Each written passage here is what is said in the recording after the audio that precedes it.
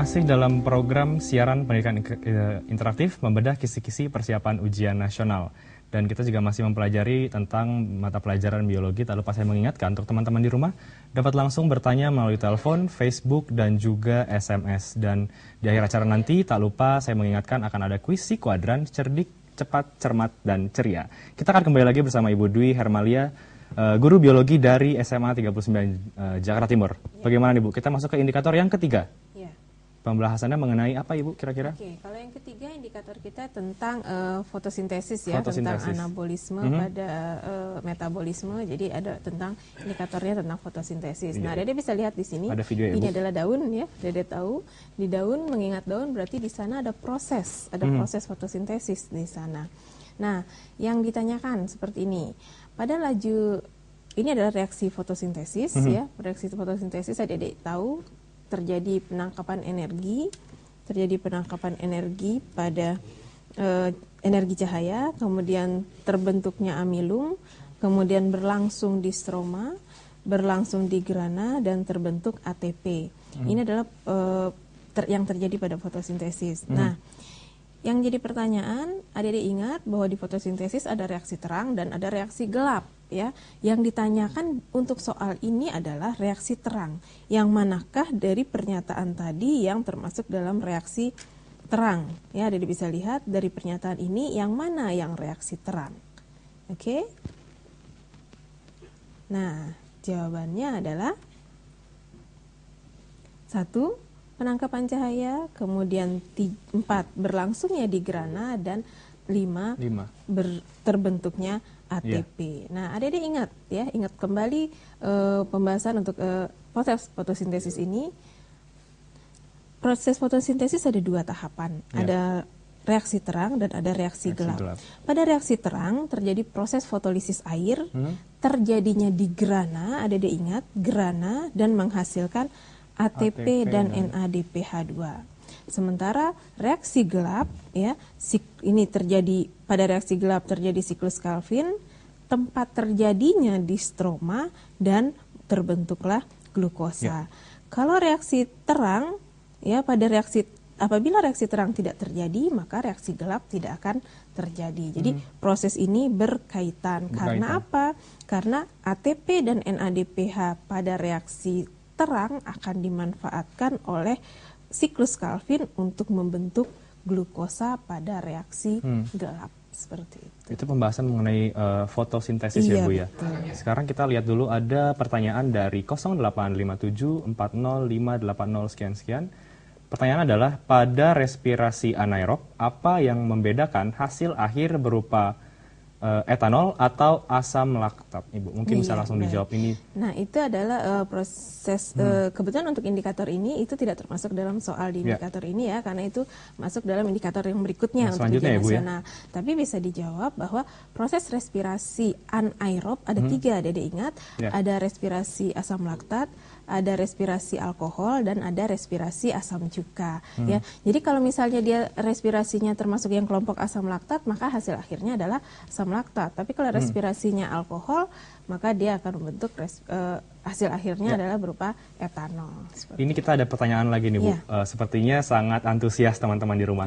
Dari 08574058 sekian-sekian, pertanyaan adalah, apakah pada reaksi gelap juga membutuhkan sinar matahari Bu? Nah, itu ya, kira-kira bagaimana? Nah, itu selalu jadi kerancuan ya untuk di anak-anak ibu juga seperti itu di sekolah. Reaksi gelap, adik-adik ingat reaksi gelap itu begitu ditanyakan, apakah reaksi gelap itu terjadinya kapan Bu? Biasanya pertanyaan seperti itu. Apakah terjadinya pada siang hari atau pada malam hari? Ya, adik-adik jangan terjebak dengan kata gelap. Kata gelap bukan berarti terjadinya pada malam hari karena tidak ada cahaya dan tidak seperti itu. Proses reaksi gelap tetap terjadinya pada siang hari, hanya saja dia tidak membutuhkan cahaya. Ya, makanya kita sebut dengan reaksi gelap untuk membedakan dengan reaksi terang. Karena pada reaksi terang adalah reaksi yang membutuhkan cahaya. Jadi cahaya matahari itu diambil pada reaksi terang untuk proses fotolisis air, ya, untuk pemecahan air. Nah, jadi jawabannya membutuhkan cahaya pada reaksi gelap? Tidak, ya, karena reaksi yang membutuhkan cahaya itu adalah reaksi terang. Sementara reaksi gelap menggunakan energi dari hasil reaksi reaksi gelap itu energi yang digunakannya dari reaksi terang. Jadi hanya reaksi terang ya Ibu yang membutuhkan cahaya, tidak dengan reaksi gelap. Tidak reaksi. Ya, kita lanjut ke pembahasan selanjutnya Ibu. Ya. Oke. Ya, tapi tetap Dede ingat bahwa reaksi gelap terjadinya pada siang hari. Jadi dia Dede ingat fotosintesis itu kan siang hari, ya kan? Jadi reaksi gelap itu masuk dalam kelompok fotosintesis. Berarti dia tidak termasuk di kelompok tidak terjadi di malam hari. Pasti dia di siang hari. Cuman dia tidak menggunakan cahaya. Iya, demikian. Itu. Bisa lanjut lagi Ibu kita pembahasannya.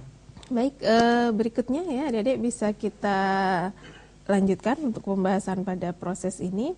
Nah, ini adalah Dedek bisa lihat siklus Kelvin ya, siklus Kelvin-Benson ini terjadi pada proses fotosintesis atau reaksi gelap pada lebih khususnya. Nah, Dedek lihat bagaimana proses pengikatan CO2 tadi, kemudian fiksasi CO2 dan diikat ya sehingga nanti hasil akhir terbentuk glukosa. Nah, yang jadi pertanyaan dari skema bisa Dedek lihat gambar berikut ini.